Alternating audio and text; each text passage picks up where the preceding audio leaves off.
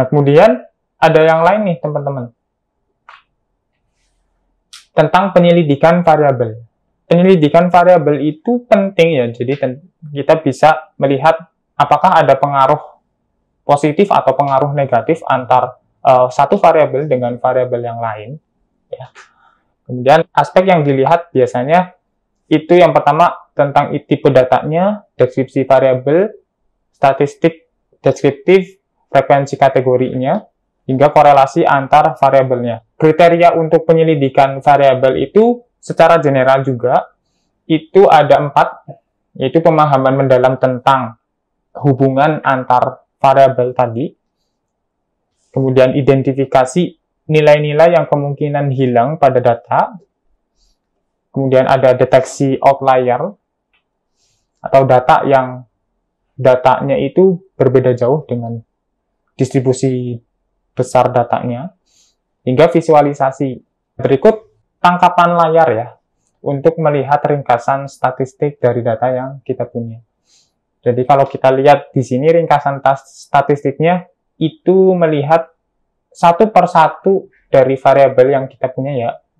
Variabel yang dimaksud itu adalah kolom ya teman-teman.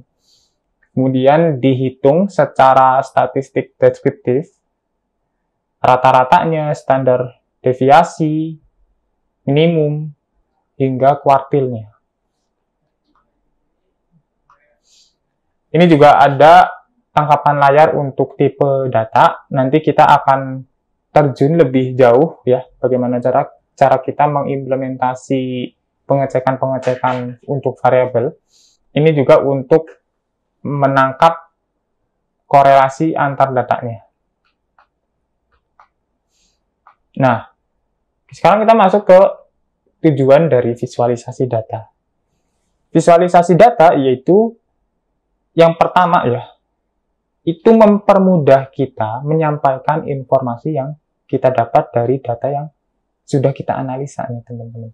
Jangan sampai kita melakukan reporting atau melakukan laporan, tapi dengan data yang acak atau data-data yang kurang dapat dipahami dengan cepat gitu.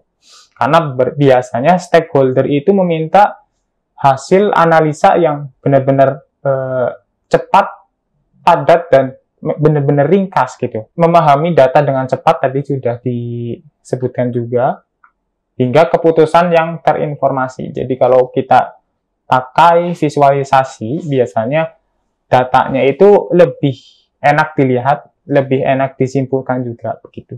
Selain itu, visualisasi data juga membantu pemecahan masalah, identifikasi pola, ya, hingga mengungkapkan pengetahuan yang tersembunyi atau pengetahuan-pengetahuan yang biasanya di dalam pada distribusi data yang sangat banyak. Biasanya informasi-informasi yang ada di dalam data itu teragregasi ya oleh data-data tersebut. Jadi nanti summarisasi daripada data itu menjadi informasi yang dalam tanda kutip tersembunyi atau tidak bisa kita lihat kalau kita tidak melihat visualisasi. Ya, begitu. Dari pembahasan tadi, kita bisa simpulkan nih tahapan-tahapan IDE ini.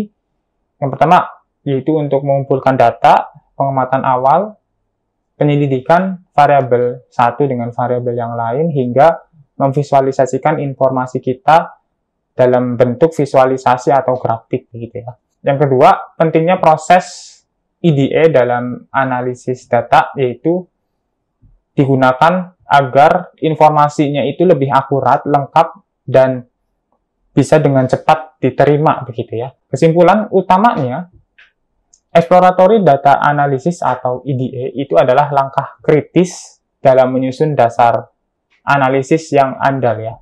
Ini juga biasa kita lakukan di perusahaan-perusahaan yang skalanya itu udah makro dan perlu banget informasi dari data-data sebelumnya agar langkah yang akan kita lakukan ke depannya itu tidak salah gitu. Berikut adalah tools yang bisa kita pakai ya untuk melakukan proses IDE atau data analysis.